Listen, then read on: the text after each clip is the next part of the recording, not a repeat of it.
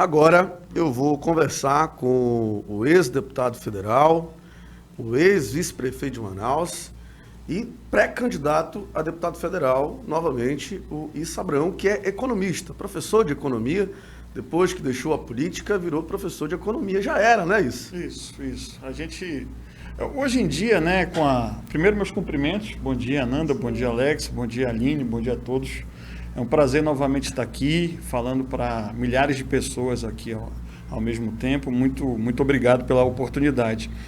É impressionante, né? Com essa modernidade, com esse avanço que a gente tem na sociedade, as pessoas não podem mais fazer só uma única função, como os nossos pais e nossos avós faziam, né? Então hoje a gente tem que ser versátil, né? Então é alguém que é jornalista e vira dono de um portal, alguém que é dono de um portal e vira radialista, alguém que é economista e vira político, que vira empresário, porque a vida exige isso até para a gente complementar a nossa renda, né? E é impressionante como isso vem afetando as relações, e as pessoas mais antigas estão aprendendo a se reciclar e a conciliar novas funções, porque a própria digitalização permitiu com que a gente, dentro de casa, dentro de um escritório, pudesse também desenvolver várias atividades. E eu busco conciliar a minha atividade política, partidária, empresarial, na economia, dando aula, com, claro, tudo dentro de uma similaridade. E eu acho que a boa parte da população hoje está fazendo assim, né? Isso, a gente acompanhou agora uma matéria que foi feita inclusive pela Ananda Chama, que está sentado aqui conosco na bancada, e dessa vez é o próprio Estado de São Paulo que está tentando boicotar os produtos da Zona Franca de Manaus. Usando a palavra boicotar e usando uma linguagem mais fácil, está proibindo que se compre produto produzido na Zona Franca de Manaus lá em São Paulo. Uma guerra fiscal. Exatamente, uma guerra fiscal envolvendo o ICMS, e a nossa maior exportação é para São Paulo. Imagina só, a gente sai agora de uma liminar salva ali pelo Alexandre de Moraes, que é uma liminar, não está resolvido o problema do IPI, que vai estar resolvido quando a corte se decidir, e o caminho até a corte decidir é muito distante, é muito longo, e agora mais esse ataque que a classe política ainda não se pronunciou. Pois é claro que não é novidade São Paulo atacar. Agora, qual é a raiz do problema, né, Alex? A raiz do problema é a gente não ter ainda tido uma reforma industrial nesse país séria. Uma reforma onde se estabeleça, olha, o polo de 4 rodas é aqui em São Paulo, na região do ABC Paulista. O polo de 2 rodas é Manaus, o polo de concentrados de bebidas é Manaus, ou a região da Zona Franca de Manaus. A gente não tem uma reforma industrial clara, e o tempo todo, cada estado e cada político de cada estado vem tentando levar para o seu estado aquilo que ele chama de desenvolvimento, de geração de riqueza, de distribuição de renda, de geração de emprego. E em São Paulo, quanto mais vai se aproximando o processo eleitoral, mais os políticos de São Paulo que dependem, que querem se reeleger, eles vão fazendo discursos para a plateia. Você imagina, um estado com 40 milhões de habitantes, né, aproximadamente, e cada um ali lutando para se reeleger, e em ano de eleição, esses ataques passam a ser maior, porque entra como discurso, como bandeira da classe política paulista. Então, cabe à representação do governo do Amazonas em São Paulo ficar atenta, ficar vigilante nas entrelinhas, não só da legislação federal, como da legislação paulista em relação a isso. E o caminho é realmente o Supremo Tribunal Federal, que é novamente o zelador da nossa Constituição, e está muito claro lá no artigo 40 das disposições transitórias, que o próprio Supremo reconhece que aqui é uma zona de exceção e que, portanto, precisa ser resguardada. Agora, há que se fazer política, mas, acima de tudo, no momento de muita conturbação e anacronismo político, o caminho seria o Supremo Tribunal Federal por parte do governo do Estado. Olha, também nessa regra de ir até o Supremo, tem que ser do governador, né? E também da Assembleia Legislativa, ou muda essa regra do governo, do IPI para o ICMS? Partido político pode fazer isso, o exemplo foi o Solidariedade. Só lembrando que foi o Solidariedade, que é um partido de São Paulo.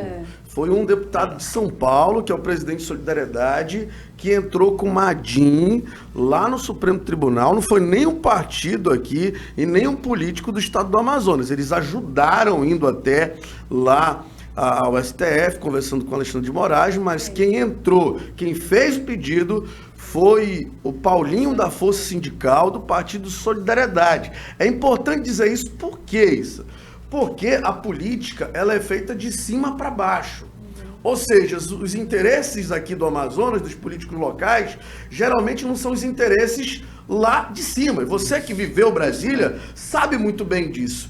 Então, quando você percebe, eu fiquei surpreso de um político de São Paulo, de um partido que é um partido ligado à indústria de São Paulo, aos trabalhadores de São Paulo, que é o Paulinho da Força Sindical, fazer esse pedido. Ele dá uma demonstração muito clara que gosta do Amazonas. Sim. Muito, muito. Realmente, o impacto disso na parte política do Paulinho vai ser refletido e os próprios adversários vão se encarregar. Porque o que a bancada paulista alega? Que São Paulo é São Paulo, tem o tamanho que tem, a força econômica que tem, exatamente porque tem o poderio financeiro, um grande pátio de industrialização. Então eles alegam isso. Então eles não estão se importando muito com as extremidades, com o Amazonas ou com os outros setores. E aí é uma força muito grande, portanto, dificilmente a gente tem força para combater todo aquele arcabouço político que São Paulo possui, então o caminho é o Supremo. Quando não for o Supremo, é trancar a pauta. Os legisladores, eles precisam usar todos os instrumentos legislativos de obstrução de pauta, de trancamento de pauta. Não, e aqui, eu cobrei várias vezes, porque nós temos 2 senadores que comandam as 2 maiores bancadas do Senado, que é o MDB, do senador Eduardo Braga, e o PSD do senador Omar Aziz. Eles podem trancar a pauta a qualquer momento ali no Senado. Só para que a população entenda essa questão de partido, eu pergunto assim, por que o MDB não fez essa ADIM? Por que o PSD do Omar não fez essa ADIM? Que são os 2 grandes partidos. Não fizeram porque iam contrariar interesse de políticos maiores, de caciques lá de São Paulo. A grande verdade é essa. E a própria cúpula partidária não faz. A cúpula nacional do MDB, do PSD, às vezes não é nem que os senadores daqui não tenham interesse, é porque fere outros interesses. Exatamente, é isso que para deixar claro. É a política. Agora, sabe, é um assunto interessante tratar disso, a gente tem que estar atento, mas assim, me incomoda muito o fato de a gente ainda não ter uma alternativa complementar para a gente isso, antes de falar nessa alternativa complementar, o tempo todo a gente vive essa novela, né, que vem se repetindo. E cadê a alternativa complementar? Exatamente. Cadê o início disso? Mas antes de falar dessa alternativa complementar, você falou de uma coisa que a população do estado do Amazonas e que a classe política fala pouco, que é a reforma industrial. Isso. Porque a reforma industrial, se ocorrer, ela organiza por estado o que cada um tem ali o seu direito de fazer. 4 rodas em São Paulo, 2 rodas em Manaus, polo de concentrados em Manaus e acabou a discussão.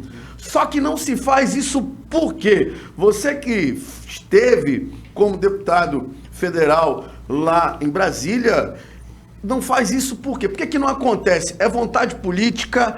É porque fere interesses individuais, interesses de São Paulo, por exemplo, que eu falo sempre São Paulo porque São Paulo é um país. São Paulo é um país.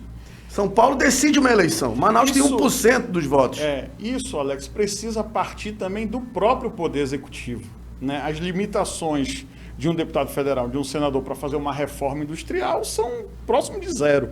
né? Ele pode pressionar, ele pode gritar, ele pode lutar. Por exemplo, algo que me constrange e que isso vai ser, inclusive, objeto de bandeira de luta minha, né? Se eu tiver a felicidade de retornar à Câmara Federal e que eu estou elaborando, é um forte viés na questão do Banco Central.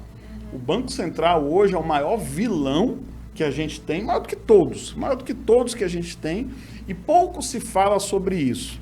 Por exemplo, a gente vive hoje num país uma inflação de preços. Não é uma inflação de demanda, é uma inflação de preços. De março de 2021 a março agora de 2022, houve um aumento na taxa básica de juros de 488%. O que isso significa, né? Para a gente começar a entender e a nossa população também participar desse debate. Esse debate não pode ficar no economês, não pode ficar só para economista, só para jornalista, não. O povo tem que entender. Cada vez que eu aumento 1% na taxa de juros, eu estou aumentando o pagamento de 35 bilhões de reais a mais para a dívida pública. Quem é que paga essa dívida pública? O governo federal. A arrecadação do governo federal hoje é de 4,8 trilhões, 4 trilhões e 800 bilhões. 50% disso, praticamente metade em números redondos, metade disso serve para pagar juros da dívida pública.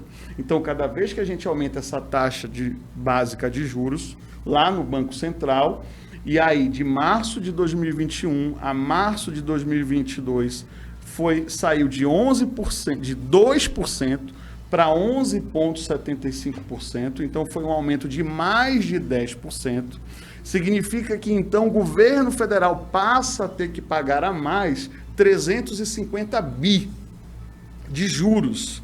E é um dinheiro que poderia servir para a escola, para a educação, para a saúde, para aumentar salário de servidor público, para tudo isso. Despesas básicas como a prefeitura. Normal, né? Que todo mundo precisa. Uhum. Então, é um assunto, a gente está sendo roubado, a gente está sendo garfado dentro da lei. A própria legislação hoje protege o mercado financeiro.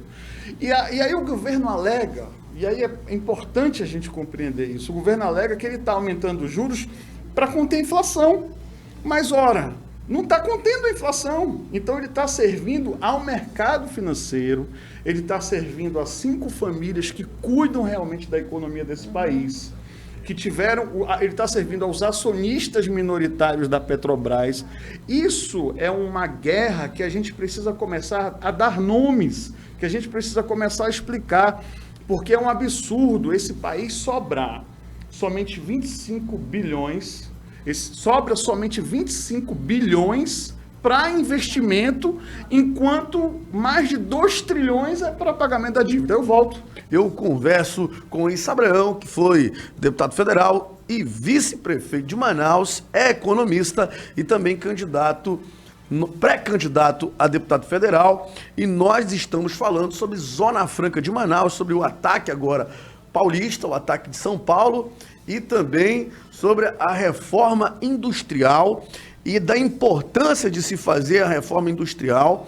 E o Issa está explicando para a gente aqui sobre a reforma industrial e falava também sobre o Banco Central e sobre os juros, né, Issa? Isso. A reforma industrial consolida o modelo de industrialização nacional e promove uma segurança jurídica que até hoje nós não temos. Porque por mais que a gente esteja resguardado na Constituição Federal e tendo liminares favoráveis pelo Supremo, cada estado tem autonomia para mudar a sua legislação. E quando eu era deputado federal, por exemplo, o Maranhão queria criar uma Zona Franca lá. A gente teve um problema sério com a bancada do Maranhão à época para impedir isso. Então, o tempo todo a gente fica lutando, brigando, sabe?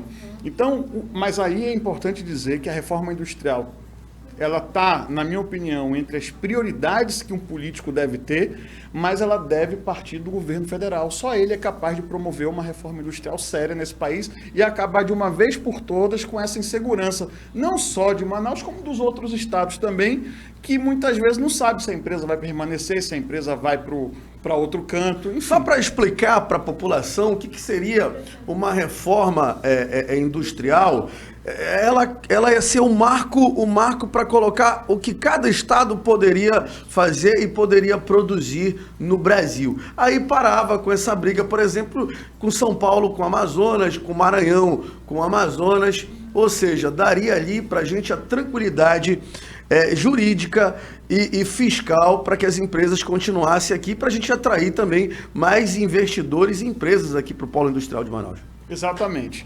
E um outro fator que a gente precisa avaliar é o fato de nós exigirmos, e isso é uma pauta que eu quero levar para frente, exigirmos transparência e o porquê, por exemplo, essa taxa de juros. Gente, eu sou empresário, sou comerciante. Hoje a classe empresarial ela está passando por muitas dificuldades. A gente está precisando de capital de giro. Para conseguir capital de giro, os juros é lá em cima. Para conseguir pagar o cartão de crédito, os juros é lá em cima. Então tem alguma coisa errada, está faltando dinheiro para que a gente... Olhem só, a taxa de juros está aumentando, mas não está contendo a inflação da energia elétrica, da gasolina, dos alimentos. Por quê? Porque isso não é inflação de demanda.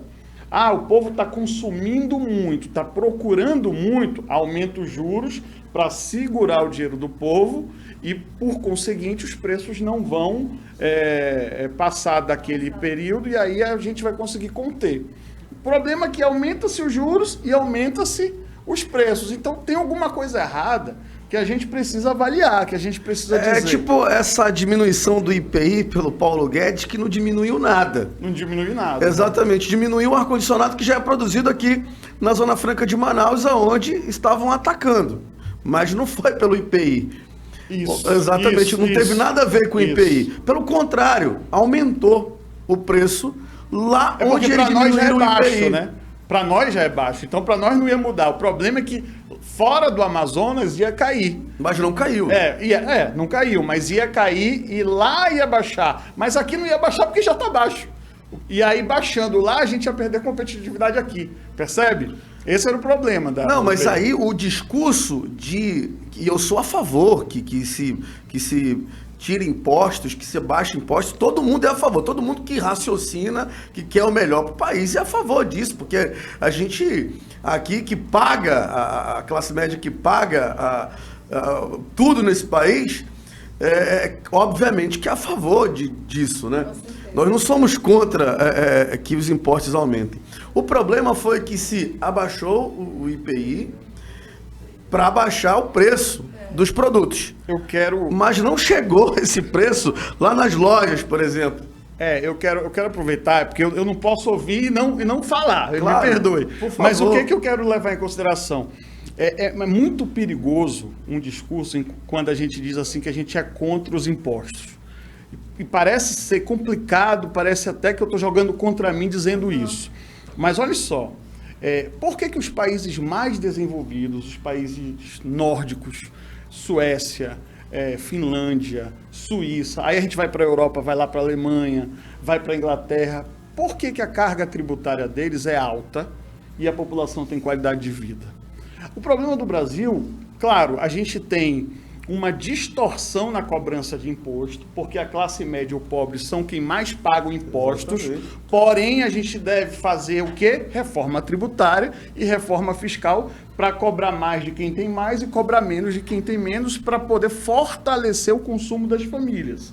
É só quando a gente fortalece o consumo das famílias, de todos nós aqui... Um exemplo claro é quem tem... A Jato não paga. E quem tem carro paga. Exatamente. O IPVA, né? O IPVA, IPTU exatamente.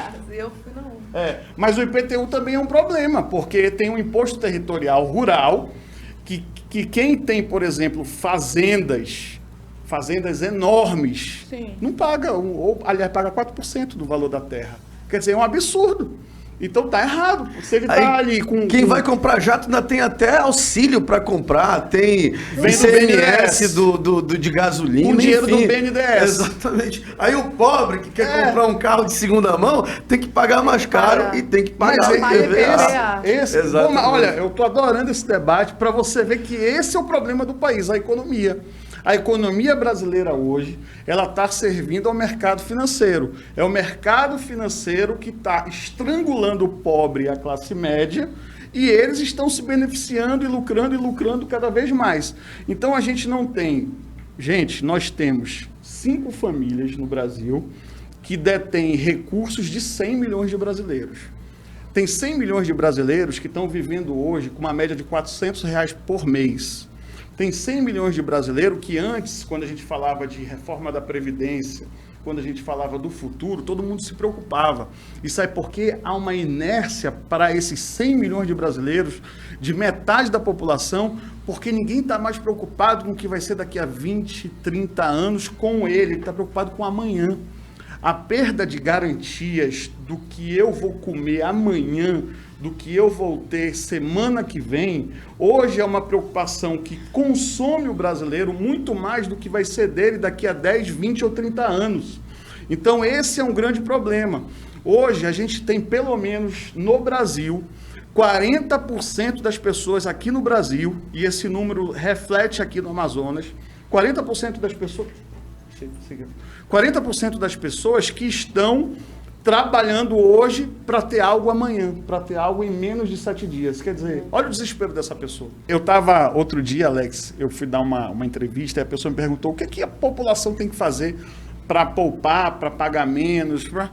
É difícil até da gente dar uma resposta para isso, porque tu vai dizer assim, não, a população hoje tem que poupar. Poupar o quê? Poupar o quê? A pessoa não tem dinheiro. Poupar o quê?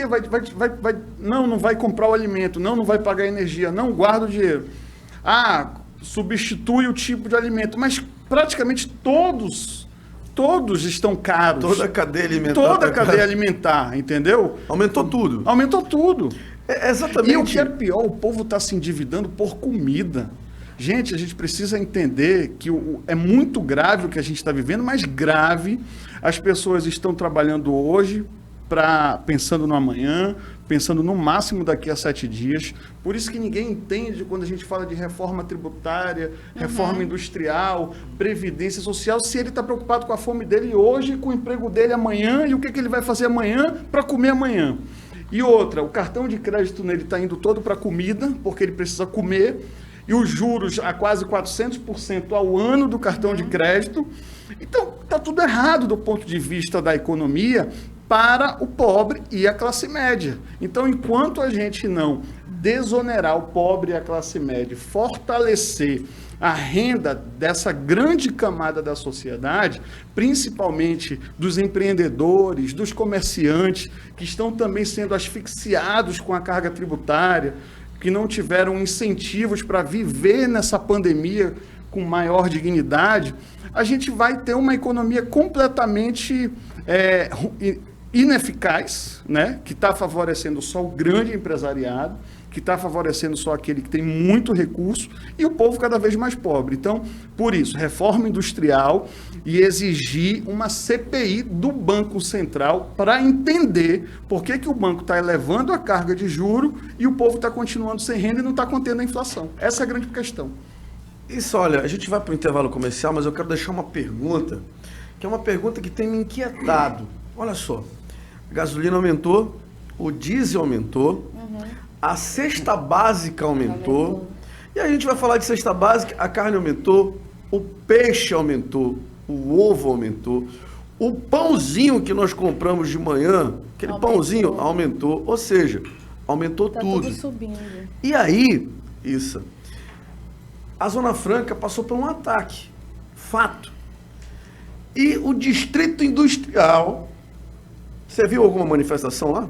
Nenhuma manifestação no Distrito Industrial. Na verdade, a única manifestação que teve foi em Figueiredo da Jaioro, os funcionários. Pararam ali por alguns não minutos. houve ressonância. Exatamente.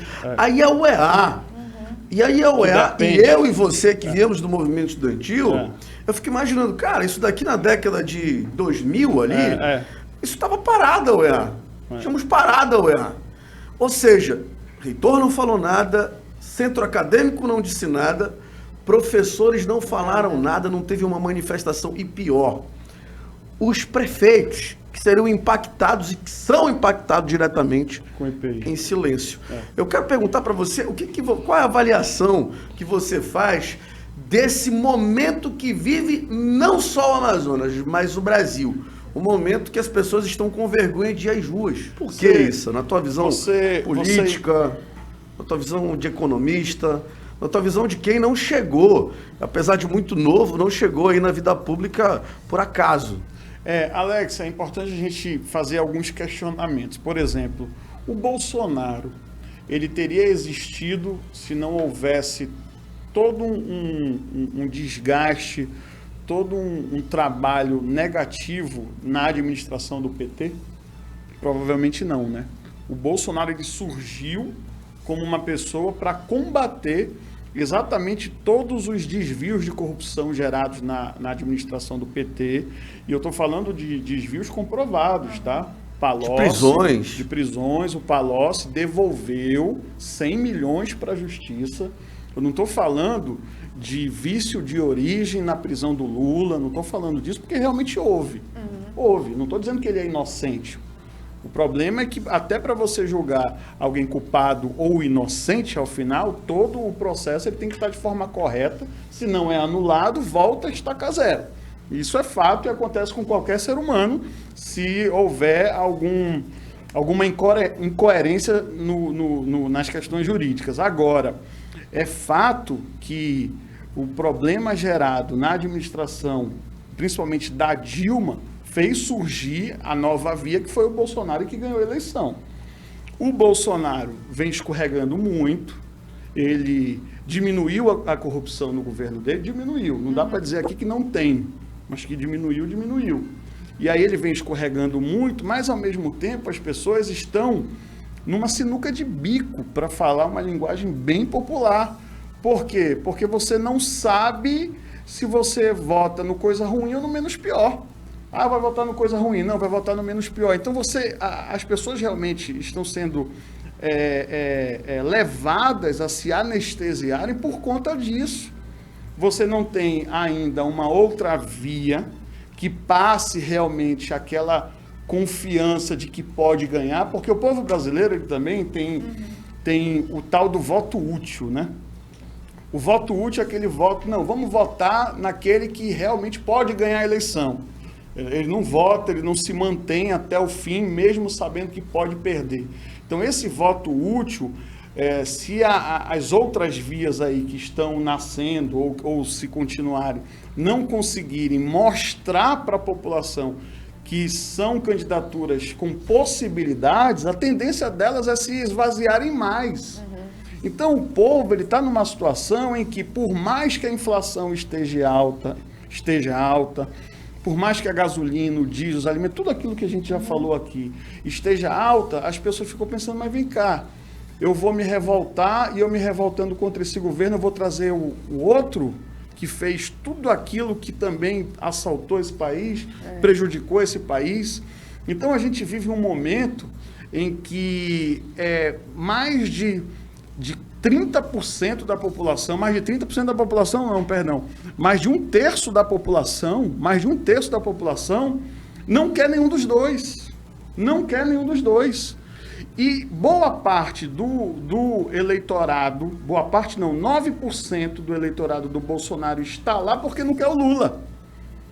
E aí você tem uma parte do eleitorado do Lula, que varia aí de 15% a 16%, que está lá porque não quer o Bolsonaro. Olhem só, e projetos, e ideias, e plataformas para melhorar a educação, plataformas para melhorar tudo aquilo que incomoda a nossa vida, a gente não está discutindo, porque o Bolsonaro ele age de uma forma inteligente. Ele sabe que se ele for para questões econômicas e discutir o preço da inflação, da gasolina, do diesel, do ovo, de tudo aquilo que move a vida do brasileiro, ele perde. Aí o que é que ele tem que ir? Tem que ir para o lado da pauta cultural e religiosa. O que é que eles fizeram? O Lula agora caiu 4 pontos, fez uma fala irresponsável do aborto, isso deve ter umas 3 semanas no máximo, e teve uma queda de 4 pontos, porque a rede bolsonarista soube se aproveitar muito bem disso. E é muito boa a rede bolsonarista. Muito boa. Não, hoje a rede social, ela é dominada pela direita. A direita ela fez algo muito mais eficaz que a esquerda não conseguiu, que foi ser atuante, ser ativa na rede social. E aí, quando entra na pauta cultural e na pauta religiosa, e o povo brasileiro, vamos entender, ele é liberal na economia, mas ele é conservador nos costumes. E quando entra na pauta dos costumes, na pauta religiosa, o Bolsonaro leva grande vantagem. E o Amazonas é um dos estados, se não for o primeiro, que proporcionalmente falando, é o estado que mais tem evangélicos no Brasil, proporcionalmente falando. Tem a população, tantos por cento são evangélicos. Então, quer dizer, eu tenho que respeitar a moral do brasileiro, eu tenho que respeitar a religião cristã do brasileiro. E o Bolsonaro se aproveita muito bem disso. Então, você vê uma anestesia, a palavra que você usou, geral, mesmo com tudo que está acontecendo, porque as pessoas... E a indústria? Olhem, quando eu falo com os empresários do polo industrial de Manaus, eles são anti-PT, assim, roxo. Mesmo com todos os ataques que a Zona Franca está sofrendo. Outro dia eu fui no supermercado aqui, e aí a turma... A gente começou a abrir um debate político lá no meio do supermercado. A turma, não, a gente aqui é tudo Bolsonaro porque a gente não quer corrupção de volta. Quer dizer, o debate raso, porque ou é cultura ou é corrupção. O PT não quer debater corrupção, né? O Bolsonaro já quer debater a corrupção, mas e projeto, né? E projeto para melhorar a vida das pessoas, né? A solução para melhorar o problema, a solução para resolver o impasse das mercadorias que os caminhoneiros vêm sofrendo. Hoje, mais ou menos 10% estão desistindo de ser Uber e 99%.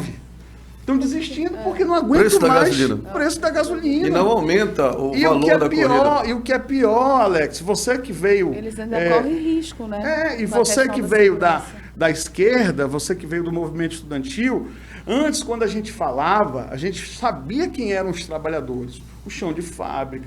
Hoje, qual é o trabalhador que a gente está falando? É o trabalhador do aplicativo, é o trabalhador desenvolvedor de software, é o trabalhador design, é o trabalhador liberal nas microfunções. E esse trabalhador, foi aquilo que eu falei lá no início da entrevista, ele está preocupado com o amanhã. Ele não está preocupado com o país daqui a 6 meses, não. Ele está preocupado se ele vai ter dinheiro daqui a 7 dias. Ele está preocupado se ele vai manter o salário dele, o emprego dele agora. E aí ele fica inerte, porque ele está pensando no dele. Aí só para concluir, Tocqueville, que era um francês teórico da época, ele dizia o seguinte, que o maior erro nosso é que a gente estuda na escola democracia como divisão de poderes. Sim. Todo mundo aqui, democrata, divisão de poderes, governo do povo. Mas nós não estamos numa sociedade democrática, que o certo era a nossa sociedade ser democrática. A nossa sociedade não é democrática, apesar de nós estarmos numa democracia. A nossa sociedade hoje ela pensa no bem-estar próprio. A nossa sociedade pensa no dela.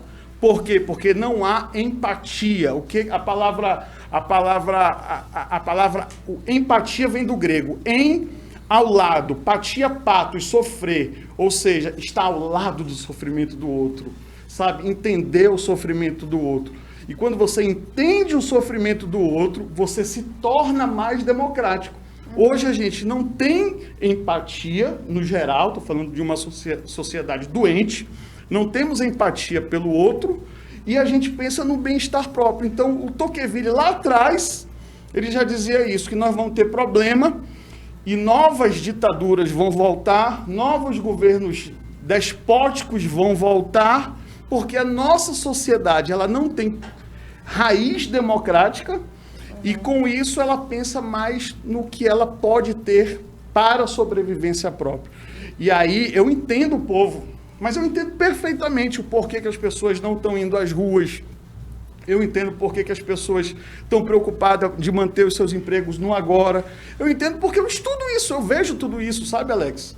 E aí não dá para eu culpar por que o povo não vai às ruas, porque o pessoal, se for às ruas, vai beneficiar um lado.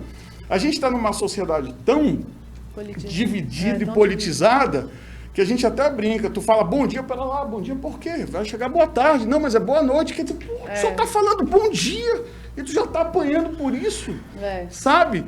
Então, ou a gente começa a se educar e ser uma sociedade internamente democrática, ou dentro da democracia a gente vai favorecer grupos ditatoriais e despóticos. Você falou uma questão bem interessante, que realmente eu venho da esquerda, mas não sou mais esquerda, que fique claro aqui, eu acho que eu sou muito mais centro hoje, social-democrático do que de esquerda, porque você falou agora há pouco dos países escandinavos, são países que eu admiro, mas por que eu admiro? Porque eles conseguiram domar o capitalismo, eles conseguiram frear o capitalismo, dar qualidade de vida para as pessoas dentro de um país capitalista. Entendeu? Eu acho, e aí é um discurso mais filosófico, que Marx errou. Quando ele queria igualar todos, e a ideia do socialismo de igualar todos, não dá para igualar todo mundo. Eu acho que isso é completamente utopia, e Marx erra nisso. Mas isso é uma discussão mais profunda para outro momento. E eu admiro muito os países escandinavos, acho que o Brasil deveria procurar nos países escandinavos um caminho para ser um país melhor. Domando ali o capitalismo, freando o capitalismo, fazendo com que o capitalismo leve uma vida melhor para o povo. No domingo, isso a gente falando de política, o governador amazonino, ex-governador amazonino, ex-tudo aqui no estado do Amazonas, ele fez aí sua pré-candidatura, lançou sua pré-candidatura ao governo do estado ao lado de José Mello, por exemplo. E saiu ali um comentário da saúde fragilizada do amazonino. Inclusive, ele mesmo revela que faz diálise. E disse que está muito bem de saúde. E como é que você vê essa candidatura do amazonino? Olha, eu tenho muito respeito pelo amazonino. Acho ele talvez uma das maiores cabeças pensantes desse estado. Eu consigo enxergar o amazonino muito preparado intelectualmente, com muita sabedoria. E desde a época da monarquia, né, a gente sempre se preocupou com a saúde dos nossos reis e dos nossos governantes, porque é um hábito a gente saber como é que eles estão. Mas eu acredito que ele, tendo as mínimas condições de saúde, ele vai disputar normalmente essa eleição e está em primeiro nas pesquisas e tem chance de vencer, enfim. Até porque hoje um governante, a gente precisa entender, né? Sabe, eu fico vendo as coisas e cabe a mim ver e falar em algumas entrevistas como essa. Mas um governante, ele tem que ter, claro, um mínimo de saúde, mas ele tem que saber delegar. Ele tem que saber delegar as funções, ele tem que saber ter o mínimo de noção de tecnologia hoje em dia e cobrar dos seus auxiliares. É isso que um governante faz. E o amazonino, ele tem muita sabedoria nesse aspecto. Eu acho que ele, com o mínimo de saúde, mesmo fazendo diálise, e eu torço pela vida dele, desejo longa vida. Eu espero de verdade que esse não seja uma campanha negativa para o governador amazonino. Eu acho que o debate tem que ser no campo político, o debate tem que ser no campo de ideias, e outra, não nesse campo soluções, pequeno, de dizer, tu tá doente, de dizer, não sei o quê, não sei o quê. Eu acho que o debate não é por aí, e eu não vou entrar nesse tipo de debate. Eu acho que na medida em que porque o amazonino está corrigindo um erro da eleição passada. Na eleição passada ele demorou a sair, e toda aquela avalanche de opiniões em relação à sua saúde reverberou. Hoje não. Toda semana ele está saindo, ele está fazendo alguma atividade. E ele consegue conter esse discurso. Ele consegue conter esse discurso em relação à saúde dele. Mas eu acredito muito que ele, se cuidando, ele vai enfrentar essa eleição bem. E outra, ser velho não é crime, né? Ser velho não é crime. É mais experiência. Ser velho não é que todo mundo aqui vai envelhecer. Então, cuidar da saúde. A saúde, a morte, apesar de ser um fenômeno natural, ela acontece muitas vezes por questões sociais. E o amazonino, ele tem condições financeiras de alongar a vida. Porque ele pode ter os melhores médicos, ele pode ter uma saúde melhor, por conta do capital que cada um construiu, né? Isso, a gente agradece aí pela entrevista. Já? Foi rápido, né? É rápido, a entrevista foi muito boa, um debate muito bom. A gente agradece pela entrevista e até a próxima oportunidade, se Deus nos permitir. Poxa, obrigado, gente. Adoro estar aqui, viu? Valeu. Espero voltar outras vezes. Obrigado, um abraço.